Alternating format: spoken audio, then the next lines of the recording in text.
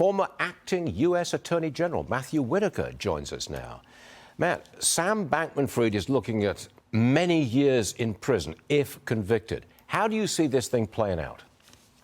Yeah, some calculations have him over 100 years just on these initial charges that are contained in the indictment. You know, I expect this, as this investigation goes on, to have even more counts. There's probably going to be at least one superseding indictment as the transactions are unwound and the scope of the fraud and the embezzlement is truly understood. But right now, the guidelines is pencil out at about 115 years in prison. Who else is in legal trouble?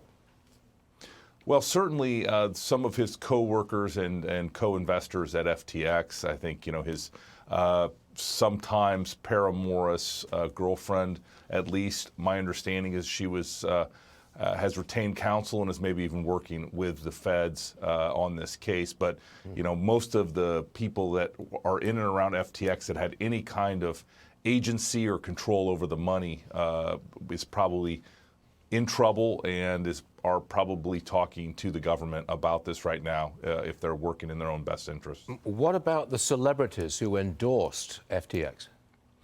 Yeah, they're certainly going to be subject to civil cases and maybe some clawback from the bankruptcy court if they received you know, compensation for their endorsements recently. But you know, many of these folks are going to be stuck in the same mess that many of the investors are, and that is probably trying to get any money that's owed to them or trying not to give back everything that they got to attach their name to it. But many of them are going to have, obviously, reputational hits from their association with this. It doesn't sound like you expect much of the money to be recovered.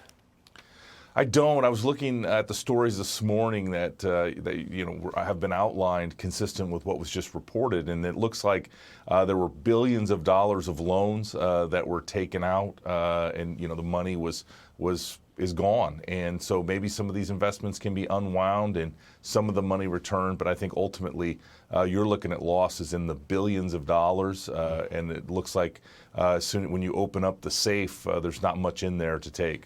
As I understand it, Bankman-Fried bought real estate in the Bahamas, paid top dollar for it, and now the Bahamian authorities want that real estate liquidated and they want to keep the money.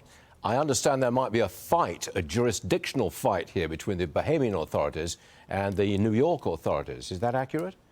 You know, very much. And, you know, these cross-border legal issues sometimes don't easily resolve. And since it's in the Bahamas, you would expect that they have home court advantage in grabbing some of those assets. But, yeah, almost $300 million of real estate was purchased. To your point, it's probably not worth that at this point in time as it's being liquidated.